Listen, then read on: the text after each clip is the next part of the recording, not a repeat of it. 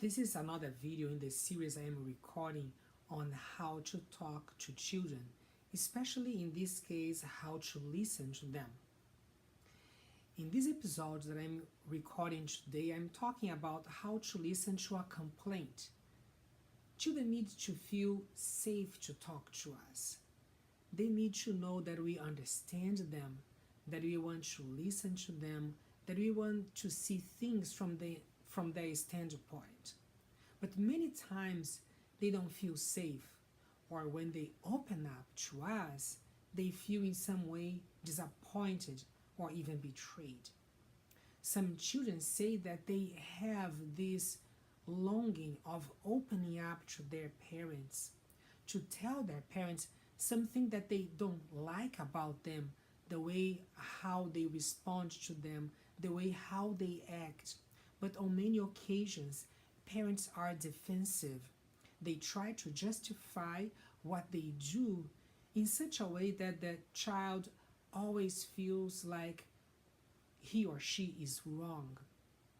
And the way how children feel is that parents always have the power. They are above the children. So in that case, children can't ever win. They will always be wrong. So sometimes they feel like, well, it's not worth trying to open up. My father, my mother will not understand me anyway. They don't care about how I feel. So it's very important that you know how to respond to your child, especially when a child makes a complaint and tells you something that he or she doesn't like about you or didn't like that you did or said in some situation.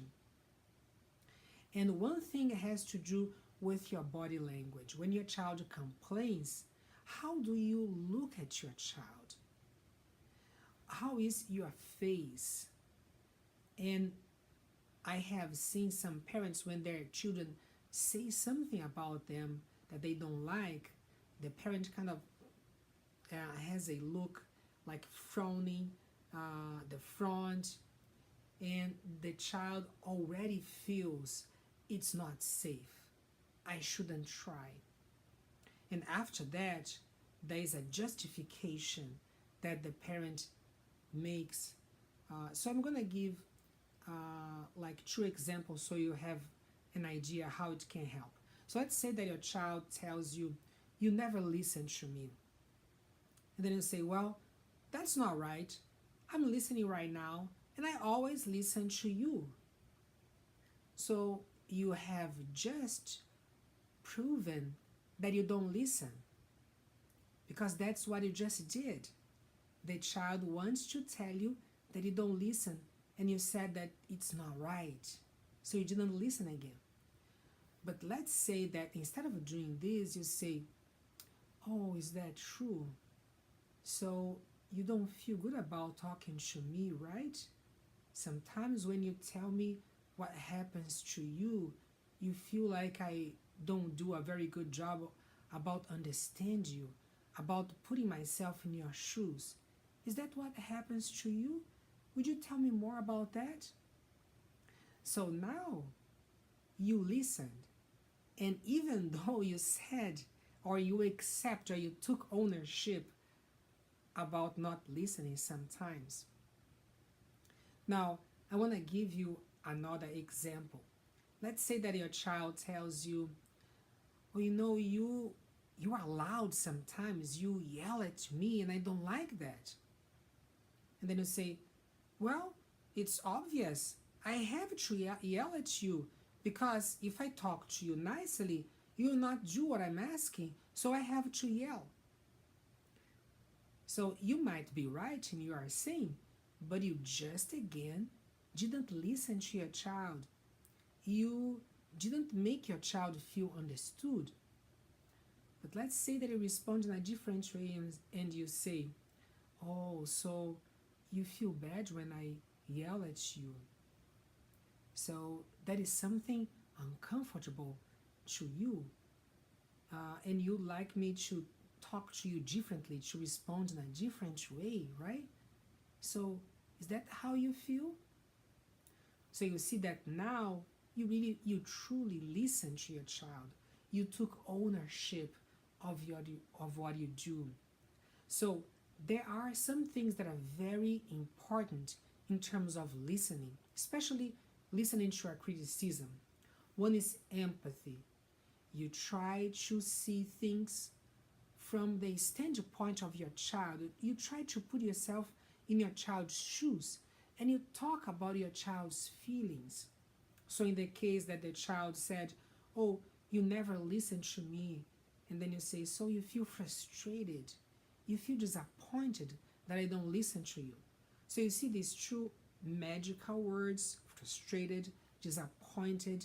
You're talking about the child's feelings. And the child feels good when you talk about his or her feelings. The other thing is validating. You try to find some truth in what the child is saying. So you say, "Oh, okay, yeah, I can see that. It makes sense what you are saying because there are many times that I don't do a very good job in terms of putting myself in your shoes, and I know it's frustrating to you, isn't it?" The same thing about when the child says, "Well, you yell at me sometimes." You can show empathy first. "Okay, so you feel bad when I'm loud, when I yell at you. So I imagine you feel in some way threatened or afraid or scared.